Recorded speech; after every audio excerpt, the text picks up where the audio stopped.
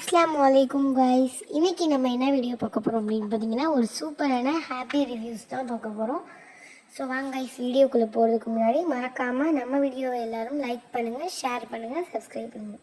Okay guys, வாங்க இப்போ வீடியோக்குள்ளே போகலாம். வணக்கம் எல்லாருக்கும், குரூப் இருக்கிற எல்லாருக்கும் வணக்கம். என்னுடைய பெயர் தர்மராஜ், என்னுடைய மனைவி பேர் மேகலா. அரியலூர் மாவட்டம் ஜெயங்கொண்டம் என்னுடைய ஊர். அதாவது வந்து பார்த்திங்கன்னா, எனக்கு வயசு வந்து இப்போது 39, என் மனைவிக்கு வந்து வயசு 35. நான் கல்யாணம் பண்ணது 35ஆவது வயசில் தான் கல்யாணம் பண்ணேன். சரிங்களா? 2019 மேரேஜ் பண்ணேன். குழந்த பிறக்கணும்னு எதிர்பார்த்தோம். ஒரு வருஷம் ஒன்றும் ஆகலை. அப்புறம் 2வது வருஷத்துலேருந்து நாங்கள் ஹாஸ்பிட்டலாக போனோம். ஃபஸ்ட்டு செக் பண்ணும்போது என் ஒய்ஃபுக்கு எல்லாம் சரியாக இருக்குது, எனக்கு கவுண்ட்டு கம்மியாக இருக்குன்னாங்க. சரின்ட்டு அப்புறம் என் கவுண்ட்டுக்கு என்ன சாப்பிடணுமோ சாப்பிட்டேன். எல்லாம் பண்ணேன். திருப்பி இன்னொரு ஹாஸ்பிட்டலில், விருதாச்சலத்தில் ஒரு ஹாஸ்பிட்டலில் போய் செக் பண்ணேன். அங்கே வந்து கருமுட்டை வயசு ஆகிடுச்சி, கருமுட்டை வளரல அப்படின்னு சொல்லி சேலத்துக்கு அனுப்பிவிட்டாங்க.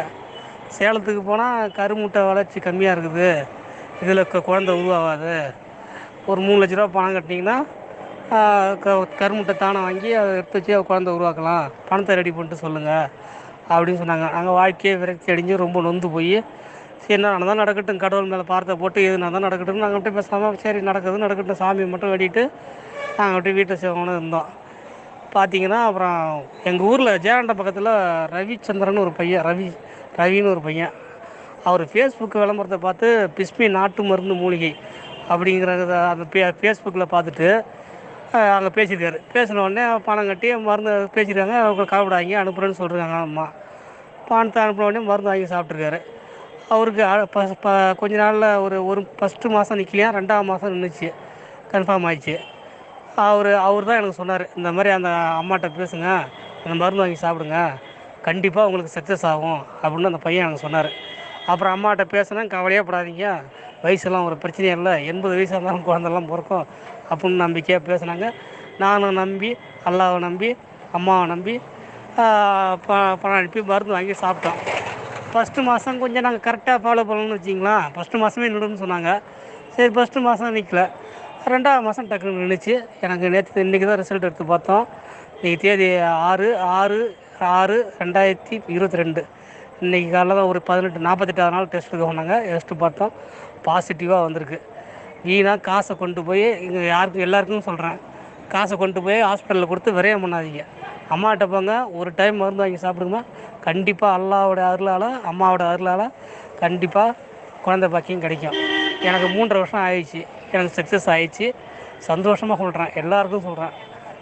கடவுள் அல்லா கை உள்ள அவங்க கொடுத்த மருந்து வந்து எல்லாமே சக்ஸஸ் ஆகிடுச்சு.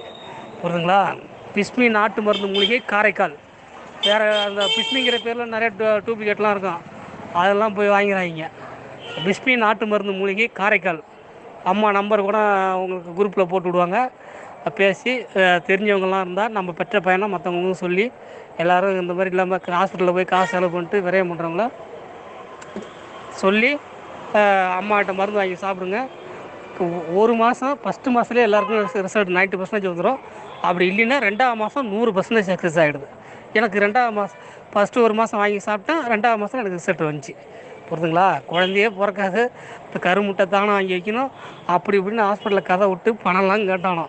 நான் நம்பிக்கை பார்த்துக்குங்க, எப்படிலாம் சொன்னாங்க, குழந்தையே இல்லை, கருமுட்டத்தை தானம் தான் வாங்கி வச்சா தான் குழந்தை வரும் அப்படி இப்படின்னு சொன்னானோ. சக்ஸஸ் ஆகிடுச்சு. எல்லோரும் அதை ஃபாலோ பண்ணுங்கள். எல்லாம் உள்ள எல்லாம் நன்றி.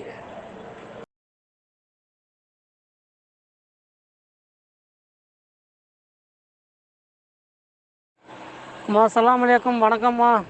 எல்லாம் உள்ள அல்லாவுக்கும் நன்றிம்மா. அல்லாஹ் எனக்கு நல்ல வழி காட்டிட்டாருமா. அடுத்தது 2வது நன்றி உங்களுக்குமா. உங்களுக்கு ஃபோன் அடித்தா ஃபோன் நாட்டை வெளின்னு வருது, அடிச்சு பார்க்குறேன், ஃபோன் போக மாட்டேங்குதுமா. அல்லாஹ் நல்ல வழி காட்டிட்டாருமா. காலையில் 5 மணிக்கு 6 மணிக்கே டெஸ்ட் எடுத்தாச்சுமா, 2 கோடு வந்துச்சுமா, பாசிட்டிவ் வந்துச்சுமா. சரிம்மா, இதுக்கப்புறம் என்ன பண்ண சொல்லுங்கம்மா. தான் உங்களுக்கு ஃபோன் அடித்து சொல்லணும்னு நினச்சேன், அடிக்கிறேன் கால் போக மாட்டேங்குது உங்களுக்கு. நான் ஃபோன் பேசி சொல்லணும்னு நினச்சேன். ரொம்ப நன்றிம்மா. அம்மா, அல்லாஹ் எங்களுக்கு நல்ல வழி காட்டாருமா. அல்லாஹ் உங்கள் மூலியமாக எங்களுக்கு நல்ல வழி காட்டுருக்காரு. அப்படியே எனக்கு ஆனந்த கண்ணீர் வருதுமா. அப்படியே காலையில் அழுதுட்டோம்மா. நல்லா இல்லையாம்மா, ரொம்ப நன்றிம்மா. என்னுடைய நன்றி அவங்க பாதங்களுக்கு சமர்ப்பிக்கிறேம்மா. ஏன் அல்லாஹ் இப்போ எல்லாம் நல்ல வழி காட்டாருமா, எனக்கு சந்தோஷமாக இருக்குமா. சரிங்கம்மா. வணக்கம், காரைக்கால்லேருந்து ரேவதி பேசுகிறேன். கல்யாணம் ஆகி 2.5 வருஷத்துக்கு மேலே ஆகுது. எங்கேயுமே ட்ரீட்மெண்ட் பார்த்தோம், எங்கேயுமே செட் ஆகலை. கடைசியில் தெரிஞ்சவங்க மூலயமா இவங்கள்ட்ட ட்ரீட்மெண்ட் எடுத்தோம். இப்போ 45 நாள் கன்சீவ்னு வந்துடுச்சு. இவங்க ட்ரீட்மெண்ட்டால் தான் நாங்கள் கன்சீவ் ஆனேன்.